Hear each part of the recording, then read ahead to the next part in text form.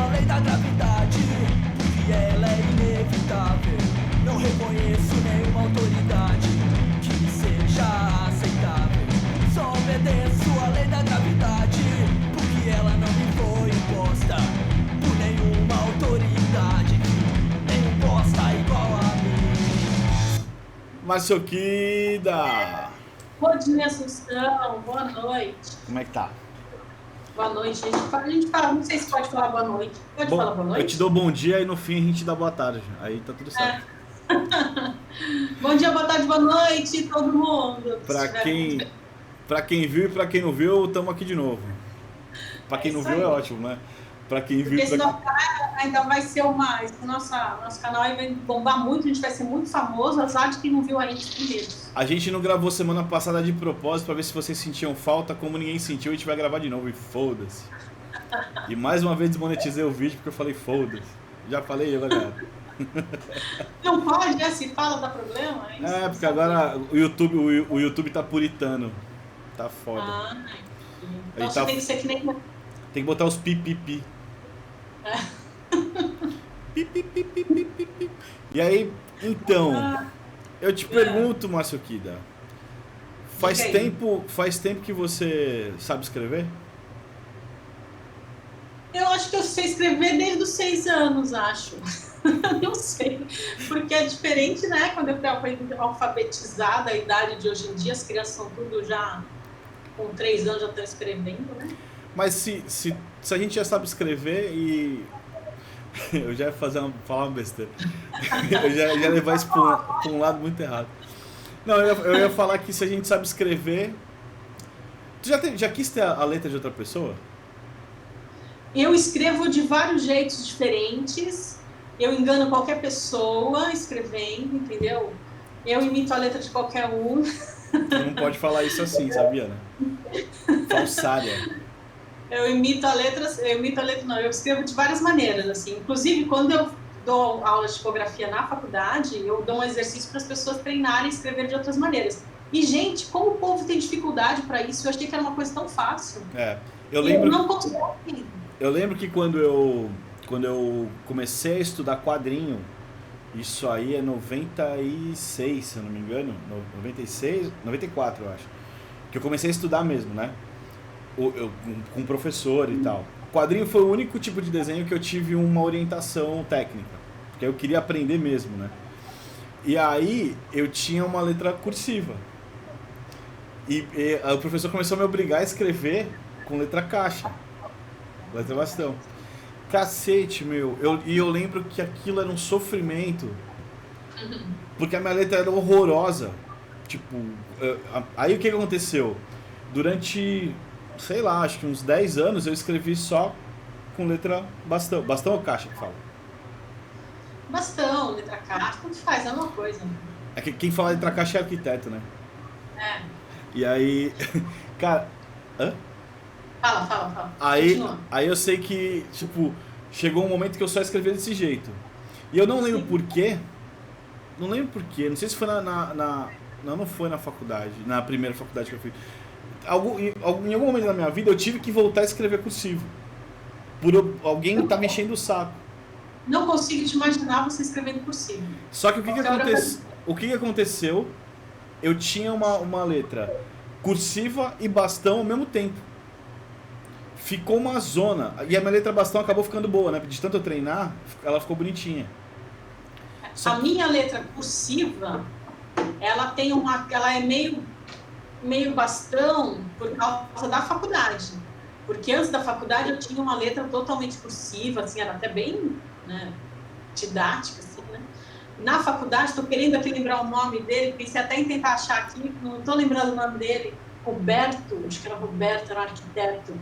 E todos os trabalhos que ele dava, a gente era obrigada a escrever em letra bastão e ele dava nota pela letra. Então, ele dava nota pela maneira que... Aliás, isso eu sinto como uma falta, eu tenho vontade de fazer isso com os alunos. Ele dava nota pela maneira que se apontava o lápis, ele olhava na ponta do lápis e dava nota na ponta do lápis. E a letra bastão, quanto mais perfeita era desenhada, mais nota a gente tinha. Então, tive que acostumar com a letrinha bastão, assim. E aí depois a minha letra hoje é uma mescla aí das duas coisas. Mas isso é engraçado, né? A gente não pode falar que nossa letra é assim. A minha avó tinha uma letra que era uma letra que quando você olhava parecia uma letra meio de criança, mas nitidamente você via que era de muitas décadas atrás. De alguém que fez caderno de caligrafia de uma maneira séria, né? Eu achava muito bonitinha a letra dela, assim, era gordinha.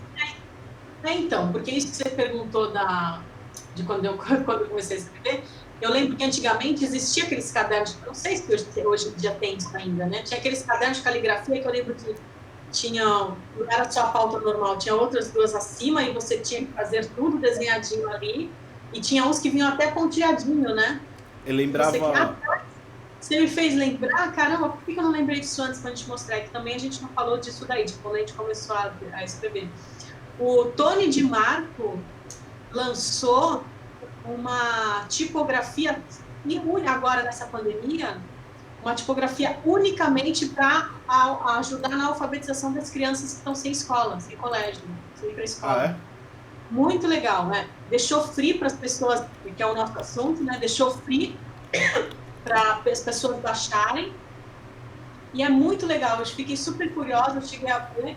Aliás, o Lorenzo agora está se interessando em letras, vou procurar para fazer com ele. Muito legal, porque ele fez várias maneiras, a ligação, sabe? Tudo baseado naquela letra de cursiva de escola, né? Sim. Se tu achar... É uma fotografia free. Se tu achar o link, me dá que eu coloco na descrição aí também. Sim, não, acho, com certeza eu acho. Então, começa aí, gente, vai estar no link, é muito legal, um projeto bem bacana dele, porque ele fez nessa época da pandemia, aberto para as pessoas poderem usarem, bem legal. Free. Então, e é free, né? E aí, sobre free, te pergunto, fonte não tem que ser free mesmo? Fonte não é para escrever? Se é para escrever, tem que ser free, não tem? O que tu acha? Não tem não. Por quê? Tem alguma questão que eu acho que pode ter free, né? Tem muitos tipógrafos aí, né, designers de tipos, que eles lançam uma parte da fonte free e depois, para você ter a família completa, você tem que baixar, aí você tem que pagar, né? Mas aí você não acha assim, por exemplo, vamos falar de uma fonte que você gosta muito, que chama Comic Sans. A Comic Sans ela é free, não é? Ela não é free. A Comic Sans não é free. Mas a Comic Sans é muito copiada, né? É muito copiado. Vamos entrar nesse assunto antes da gente entrar mesmo na coisa séria. Por que a Comic Sans virou a desgraça do design? O que tu acha? Porque ela é ruim mesmo, né? Eu acho ela ruim. Mas em um momento, eu não tô defendendo Comic Sans, deixa eu me salvar aqui, antes que pareça isso. Mas em algum momento do design, você vai lembrar, isso aí, sei lá... Ela é de que ano? Se você pesquisou aí, então vamos pesquisar aqui rapidinho. De que ano? Eu pesquiso enquanto eu falo. O que eu queria te perguntar é o seguinte. Em 90, mais ou menos, na década de 90, não me lembro muito bem quando. Foi acho que quando popularizou o computador, né? Que isso rolou. Ela virou a fonte padrão pra qualquer coisa. Ah, sim. E tipo, não é porque ela era bonita. Será que será que é porque a opção era a Impact e a Arial? 1994. Tá vendo? Falei que era nos 90. E foi adicionado ao sistema Windows desde o surgimento do Windows 95. Tá vendo? É a desgraça do Windows 95. Culpa do Bill Gates, essa porra. Vamos dar o nome do criador, já que a gente vai falar disso? O nome do cara que criou a Comic Sans, se estiver certo a minha fonte aqui, Vincent Conari. É quase um Van Gogh. Vincent. Mas tá vendo? Tem a ver com o negócio do Windows aí, computador. Então, porque eu acho que quando chega esse momento que a parte gráfica tá estourando, né, aí a galera começa a se preocupar mais com fonte. Mas antigamente também tinha tipo, né? Antigamente também tinha, também se aplicava a tipos diferentes, né? Desde o Gutenberg da Bíblia, né? Não, sim. Mas a gente nem falou desde disso. Desde as cavernas. A gente nem falou disso, mas podia falar sobre aquela... Eu esqueci o nome daquela que vinha na cartelinha que tu raspava. Letra 7. Letra 7. As pessoas acham que eu sou novinho com essa carinha aqui, tô deixando a barba por causa disso, mas eu usei a letra 7 não porque eu precisava, mas porque eu queria fazer uma coisa lá, tipo um fanzine, e eu não queria recortar, eu queria destacar. Mas era caro que era uma desgraça. Fez muita diferença. Eu usei letra 7 porque eu tinha que usar letra 7, não tinha outra opção. Então a gente fazia cartazes, revistas, textos, matérias, tudo em letra 7. A quantidade de letra 7 que a gente tinha era gigantesca. Uma dúvida que eu sempre tive é como é que alinhava aquela porra, né? Porque por mais que tu alinhasse, ela sempre dava uma... A gente tinha que fazer todas as marcações. Aí o tal do pestap que a gente falou na... Cortava o plastiquinho certinho, na mesma altura, era isso? Não, se você lembrar, puxar pela memória, toda a cartela de letra 7, depois a gente podia colocar um link aí para as pessoas saberem o que é. No lado esquerdo e no lado direito tinha duas guias de as marcações, então você tinha sempre que estar ali, e aí onde você ia colar tinha que ter a linha, então você casava uma coisa com a outra. Pode crer, agora eu lembrei. Até na minúscula tinha. Tinha. Bom, quem não sabe o que é a letra 7 quer dizer que você é novo, então muito bem. É um decalque de letras, gente. É um decalque de letras. Deixa o místico, letra 7. Uau! E aí a gente cai pra esse cara aqui, que eu acho que é o mais popular local de roubo de fontes do mundo. Dafonte.com. Aquele designer que nunca usou da fonte, que atira a primeira pedra. Aí vai vir uma pá falando que nunca, né? É verdade. Eu nunca usei. Uma vez só. Toda vez eu vou lá e pesquiso. Mas então, mas eu acho que a gente entra já numa coisa bem legal. Qual é a forma que você usa o da fonte? Falando do da fonte, né?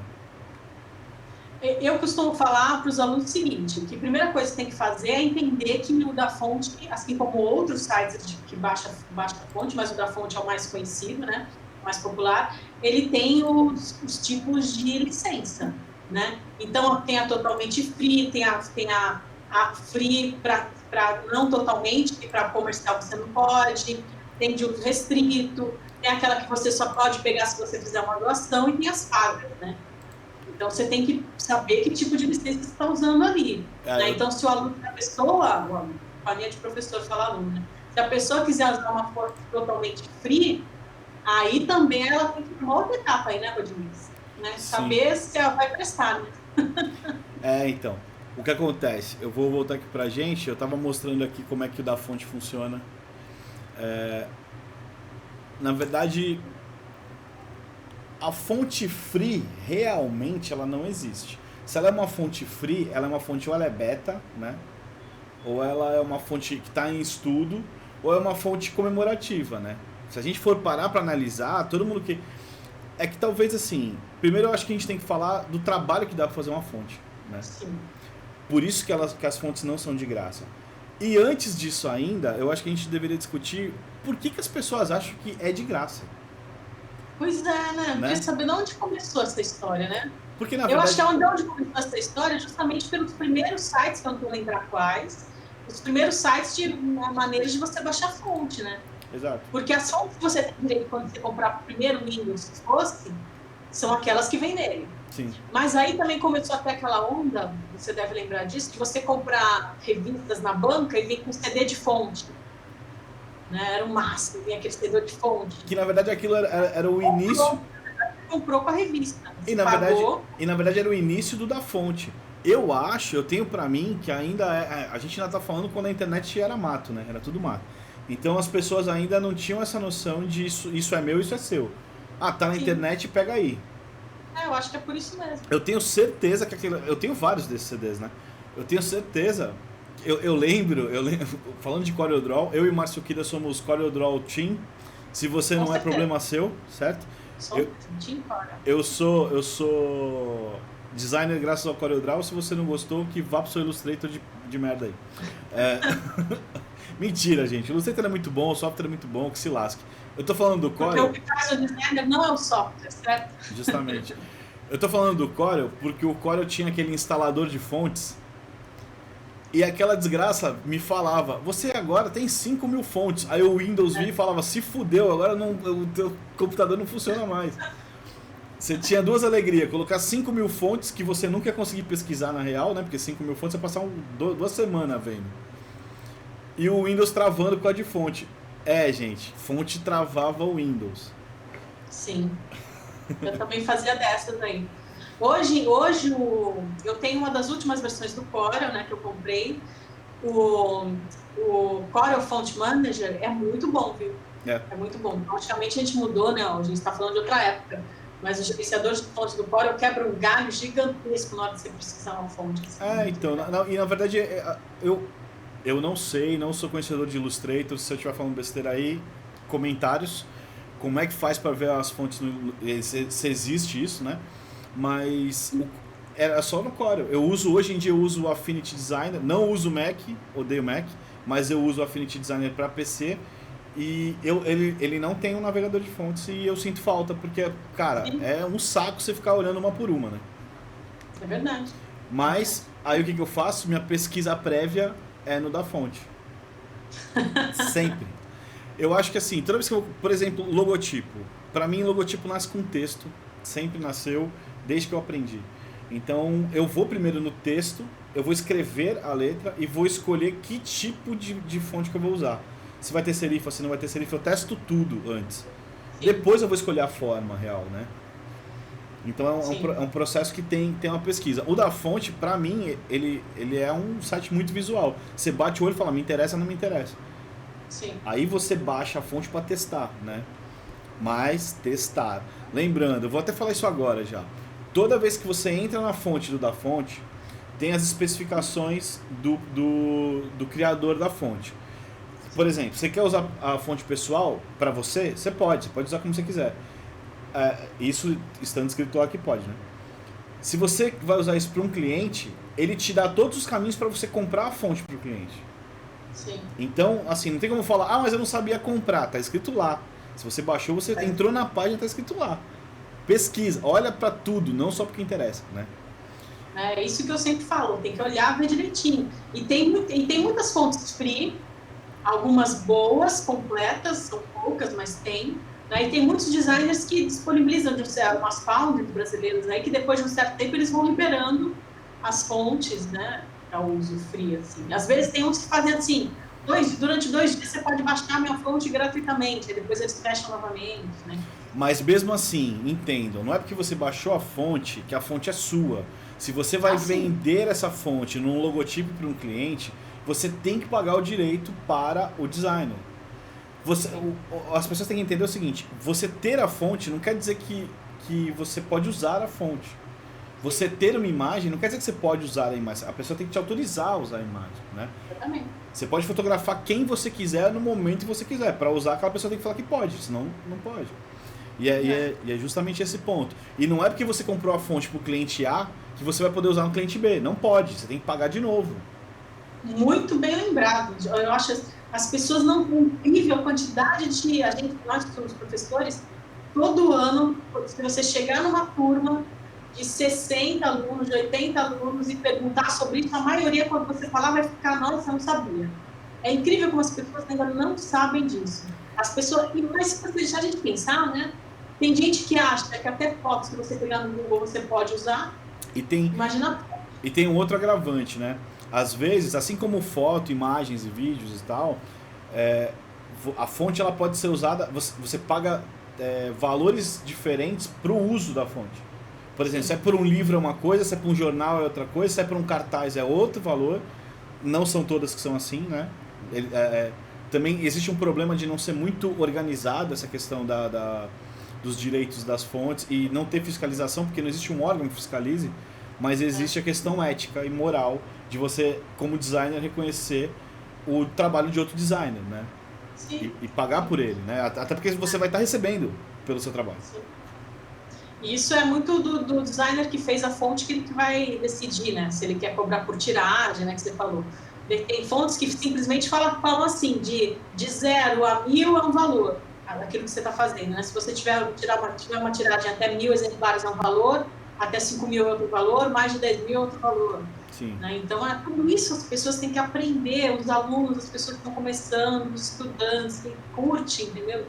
Entender. Por mais que você vai fazer um negocinho que você vai vender, sei lá, se fez por uma pessoa amiga que você vai vender barato, você pegou uma fonte de alguém, ela tem dono. Né? Eu sempre falo para os alunos assim, você ia gostar que pegasse uma ilustração sua, usasse e colocasse outro nome? Isso uma música sua, para quem é músico, qualquer fotógrafo não ia gostar, né? Então... E se a gente for parar para pensar, eu não me lembro quantas casas tem ali, mas são tipo dezenas de ilustrações que a pessoa tá te dando numa fonte. Cada letra é uma ilustração.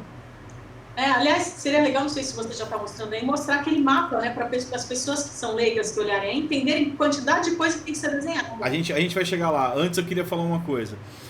Não é porque a fonte ela tá disponibilizada lá e ela é free para uso pessoal que ela é ruim. Muito pelo contrário. Às vezes ela é uma degustação daquilo que você pode ter. E aí quando você pega, acontece isso que eu estou mostrando agora aí nessa nossa primeira tela. Que a gente tem ali uma fonte muito bonita que chama Vogue, né? Explica para as pessoas, que elas são capazes de não entender.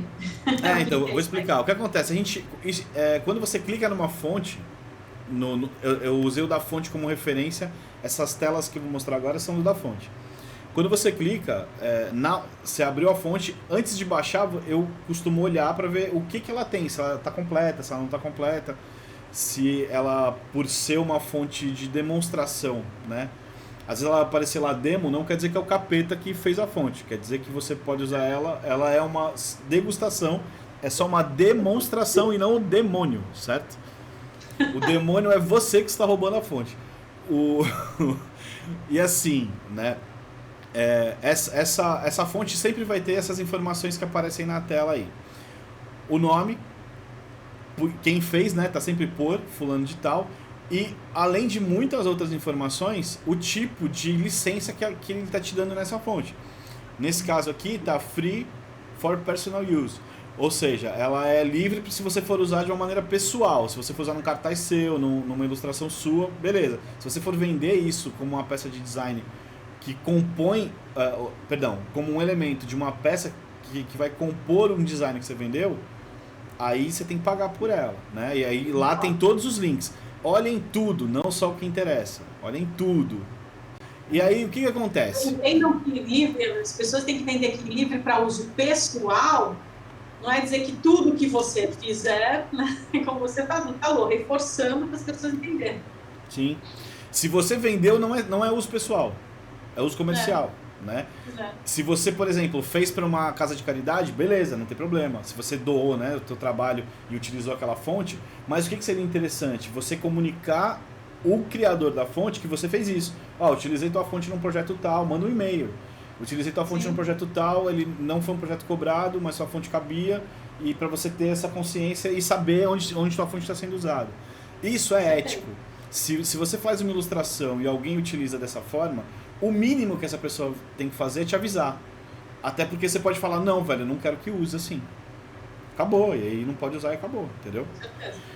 Mas só voltando aqui na tela, o que acontece? A gente tem vários campos, né? Quando a gente está olhando dá pra chamar isso de grid? Eu não sei o nome técnico disso, não é um grid. Esse grid aqui que demonstra como cada elemento, ou seja, cada ilustração que a gente vai tratar aqui como letra, ela foi feita, ela é desenhada. Porque às vezes ela só vai ter caixa alta, às vezes ela só vai ter caixa baixa. E o que isso significa? O que é caixa, Márcia? Só para não ficar caixa alta e caixa baixa. Caixa alta maiúscula, caixa baixa minúscula, e uma escrita cursiva, onde você coloca, por exemplo, a primeira letra do nome maiúsculo, a gente chama de alta e baixa. Né? Então, caixa alta maiúscula, caixa baixa minúscula e alta e baixa, e você usa as duas coisas. E aí, por exemplo, esse grid, ele te dá essa noção, se existe caixa alta, se existe caixa baixa, se existe caractere especial. O que são os caracteres especiais? Vírgula, exclamação, asterisco, a hashtag, que agora é usadíssima, aqueles TM, marca registrada, que é aquele Rzinho com a bolinha, número... Aliás, uma curiosidade, você sabe por que chama caixa alta e caixa baixa? Não. Não? Não. Porque assim, a gente está falando, aliás, uma coisa que quem sabe merecia até explicar, a gente está falando de tipografia, né? Tipografia, na verdade, ela é um processo de impressão tipográfica, né? O processo, a gente fala o processo da tipografia, está falando do processo de impressão. Quando tinha lá os tipos móveis, os desenhos, o que é os tipos móveis? explicando para os leigos, é como se fosse carimbo em formato de letras, madeira, né? Algumas em chumbo e tal. As maiúsculas ficavam na parte de cima da caixa. Olha que simples a explicação. Na hora que você ia montar a página, né, encaixando as letras, as maiúsculas ficavam nas caixas, na parte de cima da caixa, e as minúsculas ficavam na parte de baixo da caixa. Olha que simples, caixa alta, caixa baixa. E já guarda, né? E tu sabe, obviamente eu devo ter tido isso com o da Costa, quem me deu aula de fonte foi o da Costa. Ele deve ter falado, obviamente, sobre isso, mas eu não lembrava, na verdade, tipo... Mas o caixa alta, caixa baixa ficou a vida inteira, né? A gente vai no instinto e sabe, caixa alta maiúscula, caixa baixa minúscula. E eu não lembrava também de misturar. A explicação de grid aí desafiou as pessoas que estão vendo ali. Quem que nunca baixou uma fonte foi colocar um acento e não tinha acento? Né? Se deu mal. Aconteceu comigo no outro... No documentário que eu tô fazendo, que é meio um programa, que é mais ou menos no formato do Design da Discord, que eu olhei, na minha cabeça eu vi cedilha. Não tinha. Tinha tudo, menos cedilha. E por que isso acontece? Porque o designer é um filho da puta? Não. Isso acontece porque às vezes na língua do cara não tem cedilha. E ele nem atinou para colocar um cedilha porque ele não se tocou que tinha que ter. Isso é normal? Não. Quando você está usando um software existe, tá? Softwares, vários eles, de design de fonte. De design de fonte. E ele tem o grid, parecido com esse grid que a gente tem aqui. E, na verdade, tem o cedilha lá para ele colocar. Né? Assim como tem até umas fontes russas lá, que a gente não usa para nada, mas tem lá o campo. Você pode optar por colocar ou não. Né?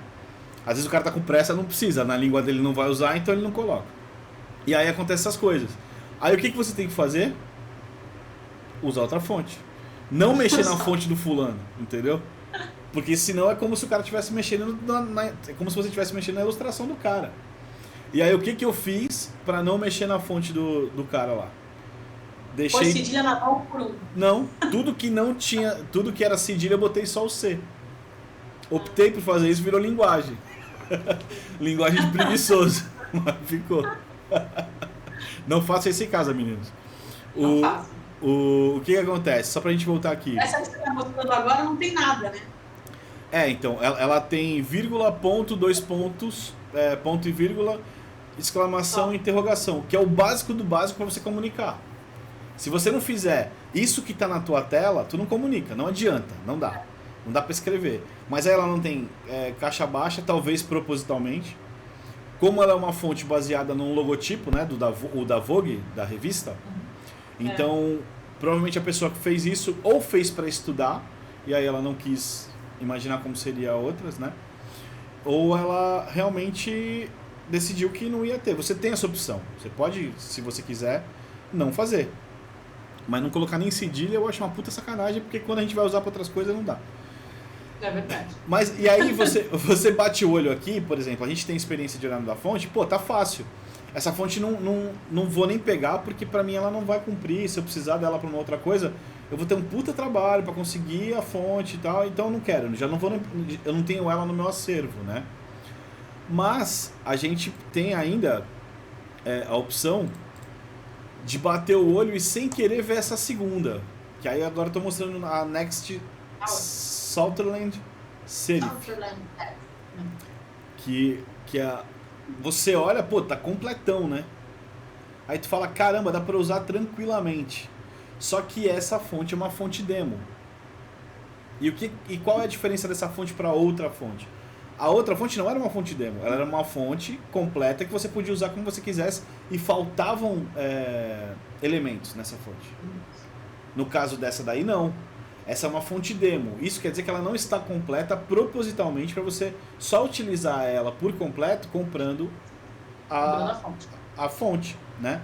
Ah, mas como é que tu sabe disso? Eu sei disso porque ela não tem nada referente a numeral. Se a gente olhar no grid, não tem os números e não tem elementos de cifrão, libras, tal, que a gente usaria normalmente. Ela tem todo o resto. Aí tu vai falar, pô, mas beleza, mas por que o cara faz isso? Se é uma demo, já tá avisando que é uma demo, para justamente tentar não ser roubado, tentar blindar de alguma maneira. Você consegue, desse jeito, mostrar pro teu cliente a fonte e falar, ó, essa fonte eu quero usar, mas a gente tem que comprar porque você não tem número. Você consegue mostrar para o cliente, com a quantidade de elementos que a pessoa fez e disponibilizou, se é útil ou não é útil para você. Só que ele também tem que se precaver, né? Por quê? Porque o ser humano... Vale lembrar que demo quer dizer demonstração, é uma fonte demonstrativa, então se é demonstrativa, a gente está na cara que você não pode usar e vender. Exatamente. E mais uma vez, você entrou nessa página, tem os links para comprar. E não são valores absurdos. Tudo bem, o dólar hoje está um absurdo. E normalmente as fontes são vendidas em dólar, né? Mesmo as nacionais são vendidas em dólares porque são vendidas em plataformas de fonte que são estrangeiras, né? Mas mesmo sendo uma grana alta, digamos que sejam 20 dólares, que é onde mais ou menos as fontes vão girar, dentro do valor de 20 dólares. Tudo bem, vai dar 120 reais hoje com o dólar de hoje.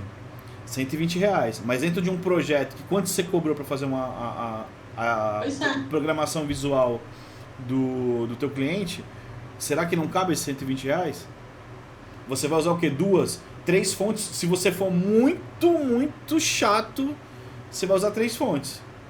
Então, só colocar dentro do orçamento, é muito simples, né? Eu falo isso sempre. Sim. Só colocar dentro do orçamento. E avisar isso pro teu cliente ter a certeza de que ele está comprando uma coisa que ele pode usar sem correr o risco de ser processado, por exemplo.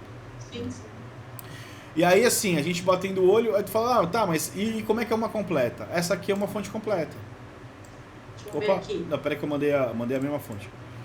Essa aqui é uma fonte completa. O grid está completo, né? Na verdade, ele não está completo. Falta um elemento que eu não consigo enxergar aqui, porque para mim está muito pequenininho. Do lado do marca registrada. Lá embaixo, na última fileira, o último elemento... Falta 2 também, tem um do lado do parágrafo ali. Do parágrafo? Deixa eu ver qual é. 2. Eu não sei qual é que é esse símbolo. Então, o do lado do marca registrada é o TM, né, de Trademark, que é marca registrada também, né? E do lado do parágrafo, Márcio, eu não achei, peraí. É um símbolo meio matemático, não sei, esqueci o que quer dizer. Antes da crase, entre o parágrafo e a crase, lá embaixo. Aqui na verdade isso é aquele Y russo, isso é uma letra, na verdade. Isso não é um símbolo. Não, pô, isso é pi. É o pi? É. Aqui tá meio embaçado. É tipo um H de cabeça pra baixo, é um pi, né? É verdade, é verdade. É o pi. Então, lindo, né? A gente tá discutindo no programa que porra é essa. Se não for pi, perdoem. Mas você vê como tem essa quantidade de elementos assim? Provavelmente esse cara nunca imaginou que fosse útil aquilo. Mas assim, aí eu acho que vale como dica, né, Márcio? Se você já se propôs a fazer a fonte, faz ela completa. Faz ela inteira, né? Coloca todos os elementos, mesmo sendo da sua língua ou não, mesmo tendo elementos que você vai usar ou não. Porque para ela ser comercialmente interessante, ela tem que estar completa, né?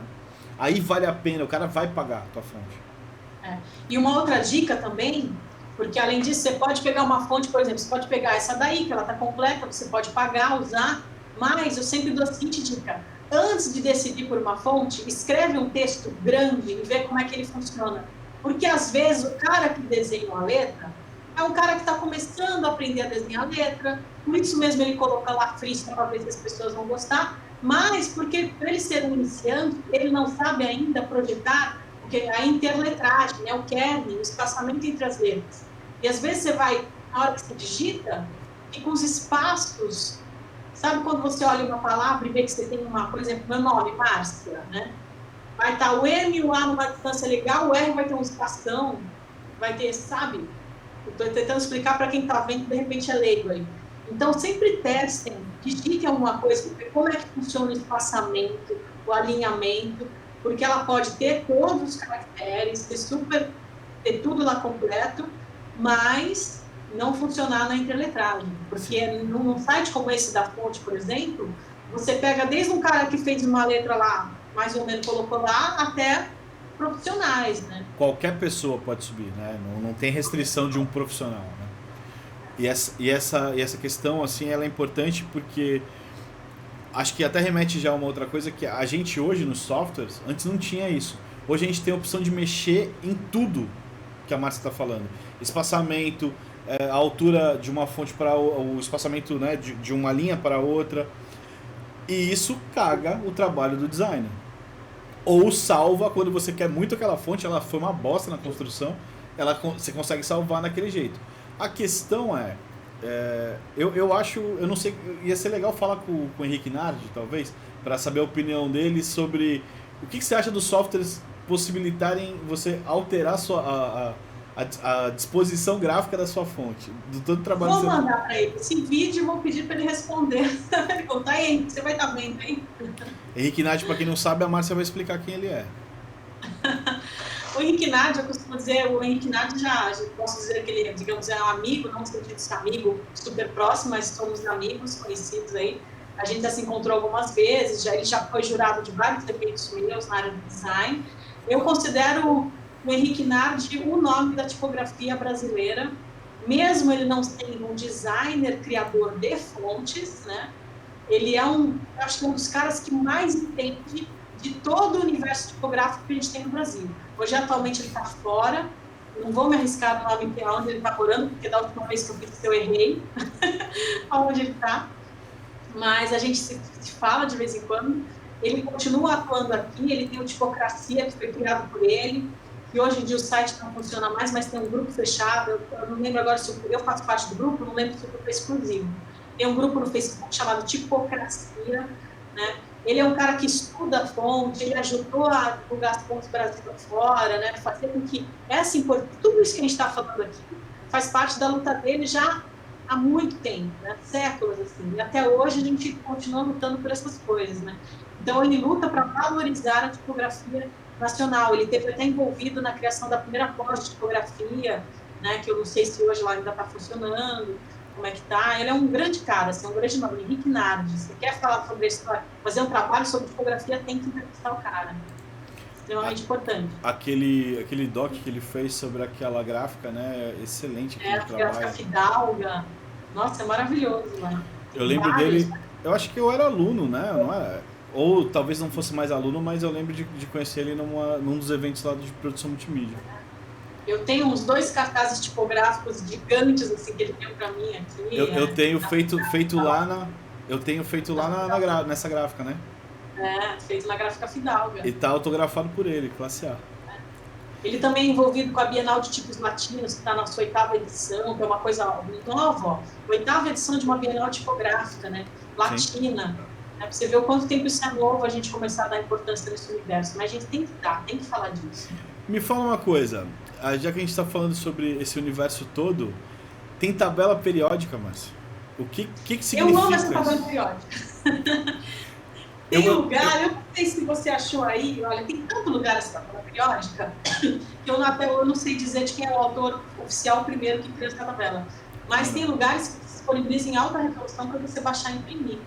Ah, que legal. É extremamente prática essa tabela periódica. Eu acho... ela aí no... Já tá na tela pra galera ver. E na verdade eu acho que tá em alta resolução, hein? Nesse site aí.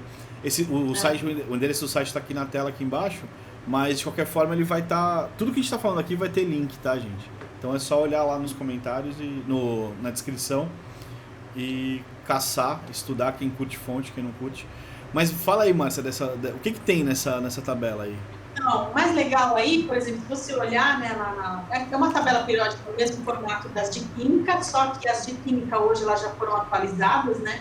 Então esse é o formato antigo da tabela periódica de Química, que foi desenhado em cima só com tipografia. E o bacana que eu vou colar, porque eu esqueço, não. Eu não entendi o que você falou. Deu uma cortadinha no que você falou, não deu para entender. Tanto que eu vou colar aqui, porque eu esqueço. Ah, tá. Minha memória é fraca. Dentro de cada quadradinho, o que você tem? Aí, o desenho principal é o desenho do caractere, né, do tipo da letra. Aí, aqui você consegue todas as informações de todas as letras. O designer que criou, no canto inferior esquerdo, o ano da criação no canto inferior direito, a família, né, ou seja, a classificação dessa letra, do que ela é, se ela é uma letra serifa, sem serifa, possível, etc., né, e o ranking. Né, fizeram um ranking de classificação das tipografias. Em primeiro lugar, a gente tem, logicamente, a amada pelos designers, a Helvética, lá em cima de tudo. Lá embaixo, nesse texto pequenininho, eles explicam como é que foi feito esse ranking. O ranking foi determinado como resultado de uma comparação, combinação e ordenação das listas de opções dos seguintes sites de internet de tipografia. Eles listam os sites, então é um ranking criado, né? Que não tem Arial, que me chamou a atenção. Genial, né? Por que não tem Arial? Vamos fazer um documentário sobre a busca pela Arial. Não tem a Comic Sans também, né? Mas a Comic Sans teve o seu papel aí de estragar o design durante os anos 90. Pelo amor, né? A Comic Sans, gente... Eu recomendo as pessoas que amam letra ter essa tabela periódica aí. A gente tá falando da Comic Sans e não mostrou, e eu acho que a gente vai apanhar. Eu vou achar o Comic Sans aqui. Então, gente, olha só que legal. É bacana isso aqui, que, por exemplo, que aqui não consigo ler, né? Letras que são muito utilizadas por muitas pessoas, a Futura, a Bodoni, a Vanguard, né? A própria Helvética, a Univers, né? Que tem muita gente que baixa a Univers, baixa a Futura e usa aí a torta direita, achando que pode. Ela tem dono, né? Sim. Algumas dessas letras até podem ser free já, eu não vou saber quais são. Mas é bacana que você veja o nome do designer que criou, né? E poucas pessoas se lembram, se preocupam de saber quem foi o cara que criou uma fonte. Eu acho isso muito legal a gente começar a ter essa preocupação. Eu tô colocando na tela agora, Márcia, a Comic Sans completinha. Ela tá aqui, tô até com o mouse aqui, ó. Tá nesse quadrado aqui do lado direito. A Márcia não tá vendo. Só pra vocês entenderem, eu tô fazendo a edição aqui enquanto eu tô conversando com a Márcia. Então a Márcia não tem acesso a todas as imagens. E então, do lado direito aqui, eu vou te mandar o link. Quando eu olho para baixo, gente, ó, porque ele me passa a ordem das coisas pro celular. Então, quando eu olho para baixo, não é porque eu estou menosprezando vocês que estão vendo a gente, é para olhar as coisas que me dizem a ordem das imagens. E aí é isso, eu vou mandar pra Márcia pra ela ver aqui já. Eu vou cortar de novo. A Comic Sans é esse troço aqui, certo? Que ela foi feita... Alguém achou que ia ilustrar pra quadrinho, né? Ia ser uma ilustração de quadrinhos, sei lá, não dá pra entender. Aliás, nós temos amigos quadrinistas em comum aí, que quando um aluno fala assim, posso usar Comic Sans, eles querem morrer. Alguns já deixam o aluno de DP direto. Eu te mandei aí, só pra tu não ficar vendida no link, eu te mandei o link que eu usei. Tô vendo. Mas tu vê que ela é completinha, pelo menos, né? Ela é completinha. E tem exemplo de quadrinho, tá vendo? Sim. Mas, cara... Tem gente que fala que a Comic Sans é de quadrinho só por causa do nome, comic, né? Gente, muito, muito, muito melhor. Gente, esqueçam, pelo amor de Deus. A gente vai mostrar já aí uma galera aí, um site. A gente vai mostrar 2 sites. E num deles tem uma que chama Maurício. E aí, a gente já vai falar dela, eu vejo se eu consigo abrir ela aqui. Mas então... Aí o que acontece? Chegamos nós então para falar de um site que não é esse que tem a Maurício, mas é esse site Tipomaquia, é isso o nome? Tipomaquia é do Luciano Cardinale, um cara genial também de criação de fonte. Eu tenho o prazer de dizer que eu conheci também. Tem um pôster aqui, não dá para ver, mas tem um pôster gigante que ele me deu de presente aqui na minha parede, só de classificação dos tipos. Esse pôster que eu tenho aqui, ele é uma aula. Com esse pôster você dá uma aula de tipografia durante um ano. É aquele pôster preto e laranja, né? Isso, Eu tenho também. Muito legal esse pôster. Então, ele tá aqui. A gente tá mostrando a Kenaton, que foi a primeira fonte que ele fez, né? Olha lá. Essa foi a primeira fonte que ele fez. Olha que louco. Olha o trampo que essa fonte deve ter dado. Sim. Ela junta perfeitamente. O espaçamento, quando não junta, é perfeito. É o que eu tava falando, né? Interletragem, né? É muito legal. E aí você percebe também a construção dela enquanto caixa alta e caixa baixa, com a referência de uma linha com o tamanho da fonte, o corpo da fonte menor. É perfeito também. Sim. Não fica bagunçado, né? E aí... Vale uma dica aí, gente, quem quiser conhecer mais o trabalho do Luciano Cardinale, da Tipomaquia, se alguém tiver curiosidade, ele deu uma palestra com a gente, na Unisanta, no curso de multimídia, um dos encontros da ADG, organizado pelo Henrique Nato, inclusive. E no canal do curso de produção multimídia, PD Multimídia, não querendo fazer propaganda do curso, mas divulgar a palestra dele, tem uma palestra, é só colocar Luciano Cardinale, Unisanta, você vai achar a palestra dele com a gente lá na íntegra. Mas a gente põe o link também aqui embaixo. Tá. Esse eu acho que vai ser o design da discórdia que menos a gente discordou e mais link tem. Mas nós estamos discordando das pessoas que usam a fonte de modo errado. Justamente. Porque tem um pouco. Você vai gostar quanto, Rodinei? E quem está ouvindo a gente aí, que pensa como nós dois, que tem um monte de gente que acha bobagem que a gente está falando. Sim. Tem um monte de gente que vai, primeiro, tem gente que ama a Comic Sans, que vai falar que nós somos malvados, porque odiamos a Comic Sans. E tem gente que vai achar bobagem, vai usar a fonte sem pagar nada para ninguém. Entendeu? Então a nossa discórdia está para todo esse povo errado aí. Então, a gente tem que pensar o seguinte: o quão relevante é uma pessoa que não dá crédito ao trabalho de outra pessoa. Quando você usa uma coisa de uma forma indevida, não estou nem falando da parte legal, eu estou falando da parte ética da questão. Você é um profissional que está criando coisas. Se você acha que você, como designer, pode ir lá e pegar o que é de outra pessoa, outro designer, utilizar e tá tudo bem, você é um profissional? Não, você não é. Você está sendo um... Não tem meias palavras, você é um ladrão, você está roubando. Isso é roubando. E se um dia fizer isso com a sua obra, se roubarem a sua obra, você não vai poder abrir a boca para reclamar. Porém, vai abrir. E aí vem a grande... E aí vem a grande questão.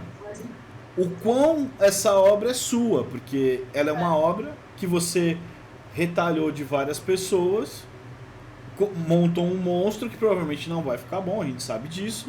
A coisa para ficar boa, ela tem que ter estudo. Se ela tem só pesquisa, quando a pessoa rouba, não é porque a pessoa não teve nenhum trabalho, ela teve um trabalho da porra de roubar outra coisa. Ela pesquisou, em vez de pegar aquela informação e criar uma coisa nova, ela foi lá, o que ela pesquisou, ela montou lá o monstrinho dela e jogou todo o processo dela fora, porque em vez dela pegar aquilo e fazer uma coisa legal, cagou tudo, jogou fora. E, gente, pelo amor de Deus, gente, vocês estão aí ouvindo que não concordam com a gente? Vocês conseguem imaginar? É isso que eu explico para os alunos. Quando os alunos ficam me olhando assim com uma cara de que, não vou pagar fonte, coisa nenhuma, eu falo assim, pensa no seguinte, você vai criar uma fonte agora, desenha no papel. Aí você vai ter que criar o abecedário inteiro em maiúsculo. Aí você vai ter que criar toda a pontuação da maiúscula. Aí você vai ter que criar toda a numeração. Exato. Aí você vai ter que criar toda a minúscula. Aí tem gente que acha que para por aí. Não. Aí você vai ter que pensar em como é que o A maiúsculo vai funcionar com o B maiúsculo, com o B maiúsculo, C maiúsculo, até o final. Como é que o A maiúsculo vai funcionar com o A minúsculo, B e A? Como é que vai... Gente, é um trabalho imensurável. Gigante. Não se faz fonte do dia para noite, né? Às vezes são anos de trabalho. Os demoram mais de ano para ficar pronto. Aí eu tô aqui no Just in Type, tô mostrando aqui o site da Just in Type mesmo. Vou mostrar agora, na verdade. E aí tem aqui muito legais, tipo, tem bastante fonte. As fontes são divertidas no Just in Type. E tem a fonte que eu falei, a Maurício, que essa sim você pode usar de boa para o quadrinho, porque o padrão dela é como a gente estava falando lá no início do bastão. A Just in Type é a founder do Folha de Marco, que eu comentei lá um pouquinho antes da nossa conversa, e da fonte que ele fez para usar na questão da alfabetização, ajudar nesse tempo de pandemia. Folha de Marco é outro grande nome de tipografia, ele foi lá também dar uma palestra com a gente, essa a gente não tem vídeo, lá no começo do curso, bem no comecinho, assim. É um dos grandes nomes, o cara é premiado fora, e ele tem uma coisa que é legal, depois, Rodinei, coloca o link aí, ele é o criador responsável aí da primeira revista especificamente de tipografia que a gente tem no Brasil, que é Tupigrafia. Sim. Uma baita revista. Conheçam a Tupigrafia, adquiram, comprem, tenham em casa. É a obrigação de todo designer ter uma Tupigrafia em casa. Assim. Eu tenho. Sim. Eu empresto, mas tem, é minha, não deixa nem pegar. Peça pra mim pra eu ver como é, pra eu rabiscar. Eu tô com a tela da Just in Type aqui e tá escrito a Foundry. Explica aí o que é Foundry, Márcia, só para ficar... Tá escrito no texto, mas só para ficar claro. Foundry, explicando de um jeito leigo, é uma fábrica de fontes, né? Quando, por exemplo, você vai dar você tem uma fábrica, você vai dar um nome, as fábricas de fonte a gente chama de Foundry. Alguns lugares usam desse jeito que está escrito aí, com Y no final, né? Foundry, com Y. E tem muita gente que já abrasileirou o termo, usa Foundry. né, o IES, a português da gente que fala, né? Mas são fábricas de fontes, fábricas tipográficas, né? De jeito simples. E aí eu acho que a gente pode chegar a uma questão que é a seguinte: ser designer de fonte no Brasil. Ser designer no Brasil é difícil. Já a gente pode, né? Assim como ser brasileiro tá difícil. Então, ser designer não vai ser muito diferente. Porém, criar fonte no Brasil, será que é um bom negócio? Será que a gente consegue pelo menos reconhecimento, mas... Olha, eu sempre falo isso também nas minhas aulas, quando a gente tinha uma disciplina de tipografia, né? Hoje a gente não tem mais, porque mandaram tirar, mas no curso que a gente vai abrir, se Deus quiser, ano que vem vai voltar a ter, né? E eu sempre falo da importância que é de como os designers brasileiros, né? E aí eu vou mandar esse vídeo para todos esses nomes citados aí. Vou mandar para o Luciano Cardinale, para o Dr. Marco, para o Henrique Nardi e para outros que eu conheço aí. Eles podem depois comentar aqui no nosso vídeo. Mas eu sei que o Henrique Nardi sempre fala disso, do como tem aumentado, né, a visibilidade já de uns tempos para cá, né, o reconhecimento, né, a gente tem, eu acho que, não vou falar que era ficar pro final, você falou que era para ficar pro fim, não vou falar agora. Não, pode falar que ela já está na tela aqui, já posso cobrir já. Pode falar já? Pode, já a gente tem uma brasileira, a primeira mulher que recebeu um prêmio, né, em 2018, em Nova York, né, por uma associação específica de tipografia, a primeira vez que uma brasileira ganhou um prêmio de tipografia nessa casa, lá esqueci o nome agora, deixa eu falar, que eu anotei aqui. Foi em 2018 e ela também foi classificada na Bienal de Tipos Latinos, que foi agora em 2019, foram 444 trabalhos escritos e ela foi selecionada, né? Ela ganhou um prêmio com uma tipografia que ela criou baseada na Lydia Clark, né? Achei o nome, Type Directors Club de Nova York. Eu percebi a primeira mulher é premiada lá e ela é uma brasileira, a Flávia Zimbardi, o nome dela. Percebi uma coisa aqui, quando você fala com a cabeça baixa, corta teu áudio. Então não tem problema de você pegar o telefone e falar mais pra cima não, até porque eu tô cobrindo. Ninguém tá vendo a gente nesse momento, só nos ouvindo. Então vou falar de novo. Eu falei que o nome dela é Flávia Zimbardi. Ela ganhou um prêmio em 2018 no Art Directors Club de Nova York, é a primeira vez que uma brasileira ganha, né? Lá foi agora em 2018. Em 2019 ela foi classificada na 8ª Bienal de Tipos Latinos, né? Foram 444 trabalhos escritos e ela foi selecionada. É uma tipografia baseada na obra da Lydia Clark. E é essa tipografia que saiu nessa matéria de jornal, né? Sim, é. Tudo que bem. É uma matéria da Folha, só quem é assinante consegue ler inteira, né? Então, a gente podia fazer inclusive um design da discórdia sobre esse tipo de coisa hoje em dia, mas tudo bem. Verdade, não tem a ver com design, mas tem a ver com acesso à informação, que é uma loucura isso, né? Então isso que aconteceu com ela aí é um exemplo de como que responde a sua pergunta. Eu acho que hoje você ser designer de tipos no Brasil, eu incentivo os alunos a fazerem isso. Tanto é que acho que há uns 4 anos atrás, a gente teve no curso de multimídia, que hoje tem 15 anos de existência, 14, 15, um TCC, um trabalho de conclusão de curso, que foi uma criação de tipografia, né? Ele falou com esses nomes todos, o aluno, para poder criar, né? Foi um trabalho gigantesco que ele teve, mas foi muito bacana, e super incentivo, porque eu acho que é visto, né, o alcance que tem o trabalho de um designer de tipos hoje no Brasil é muito maior, a visibilidade é maior. Deixa eu fazer um adendo, só pra gente não perder aqui o link. Essa fonte é a fonte que ela criou, né? Essa que tá... É essa que aparece na matéria, né? Isso, aparece na matéria. Eu achei muito... Essa matéria, ela escreveu uns nomes dos artistas com essa fonte, né? Mas é essa fonte mesmo, é exatamente essa desenhada aí. E é muito bonita, né? Ela cabe pra um monte de coisa, elegante pra caramba, né? A fonte se chama Lydia Clark, a fonte tem o mesmo nome da... Comprem a Lydia Clark, incentivem essa designer que ganha prêmio para levar nosso nome para fora. Não, ela já é conhecida nisso, eu não lembro de que foundry ela é, ou seja, de que casa de criação de pontos ela é, mas ela tem uma foundry, não vou lembrar agora de qual, porque é muito eu sou esquecida mesmo, mas depois você pode deixar um link com várias foundries aí, eu te passei, né, um link gigante com várias foundries. Vou colocar todos eles. E é uma organização até que existe, né, no grupo de tipografia que tem no Facebook. Foram eles que organizaram lá e selecionaram, fizeram lá toda a listagem de todas as brasileiras, né? Tem tipógrafo todos os estados do Brasil. Cortou de novo, Márcia. Fala aí. Falei que tem designers de tipos, tipógrafos, praticamente em todos os estados do Brasil. Né? A gente vai, não é só aqui Eixo, vai São Paulo, Rio, vai. E eu acho assim, a gente tem aquelas brincadeiras de você não viveu se você não plantou uma árvore, escreveu um livro. E qual era a outra coisa? E teve um filho, né? Não é isso? Eu acho o seguinte, se tu criar uma fonte como designer, plantar uma árvore, escrever um livro, tu teve teu filho. Nossa. Porque o processo é uma gestação, né?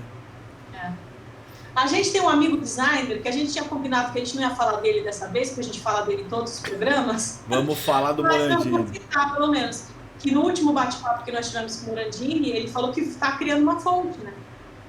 E Morandini, agora a gente vai te dar uma folga, tá? Mas tinha que falar porque a fonte realmente está ficando muito legal. Acho que está em processo ou terminou? Está em processo, né? Está em processo. Acho que está em processo. Tipo, mas muito legal mesmo a fonte. Cara, a gente tem a sorte de conhecer pessoas muito talentosas. Então é difícil. E talentosas em vários ramos do design. A gente vai citar várias pessoas. Marcos Guinosa, espera que o próximo vai ser você. Mesmo eu tô achando que tu não é designer, tá? A cutucada aí já é pra valer, porque se ele viu, estamos em 56 minutos de gravação. Se ele viu até aqui, saiba que citaremos você. Caramba, 56 minutos? 56 minutos, passa muito rápido. Não parece, né? A gente fica aqui falando, se deixar, a gente vai embora, né? Vai embora. Mas isso quer dizer, foi o recado dele pra mim, gente, quer dizer que tem que parar de falar menos. Eu falo muito. Não, nada a ver. Na verdade, eu coloquei 56 minutos porque se ele assistiu 56 minutos, ele vai saber que falamos dele. Se você não assistiu até aqui, a gente não vai contar pra você que a gente falou de você. Então, vamos ver se no nosso grupinho de WhatsApp vai aparecer. Falaram de mim. Agora a gente vai descobrir. E vamos. Márcia, é o seguinte. Lembra do desenho do He-Man que apareceu o corpo no final? Não, da She-Ra, que apareceu o bonequinho no final? A gente vai citar um amigo em cada final. Vamos ver se eles assistem até o final. Legal, boa ideia. Pra gente saber se eles estão. Os seus amigos estão assistindo, pelo menos. Se aqueles 12 que aparece que assistiram. Sacanagem. Tá? Tem um pouco mais. Tem um pouco mais. Tá chegando a 50, 60. Vocês podiam muito bem se inscrever no canal pra gente chegar a ter mais visualização, né? Mas tudo bem. Aí, gente, então hoje, Guinosa, vamos ver se tu vai fazer aí. E, gente, divulguem a gente, assim, como é que os blogueiros não, os influencers falam? Se pendura no badalo. Assina o canal, aperta o badalo, segue a gente. A gente na verdade... É a cena. Chacoalha o badalo. É que, na verdade, assim, o que acontece? A gente quer fazer mais o design da discórdia. Mas vamos lá, vamos abrir. A gente grava domingo, 9 da noite. Então é domingo, 9 da noite. A gente podia estar descansando ou vendo Fantástico. Não podia. Mas a gente podia estar fazendo qualquer outra coisa. Mas a gente gosta de fazer isso aqui, bater esse papo. Eu me queimei antes de entrar. Eu tava fazendo café, aí fui responder a Márcia e derrubei o café em mim. Por isso que eu não respondi mais. Eu tava limpando que eu lavei minha sala de café.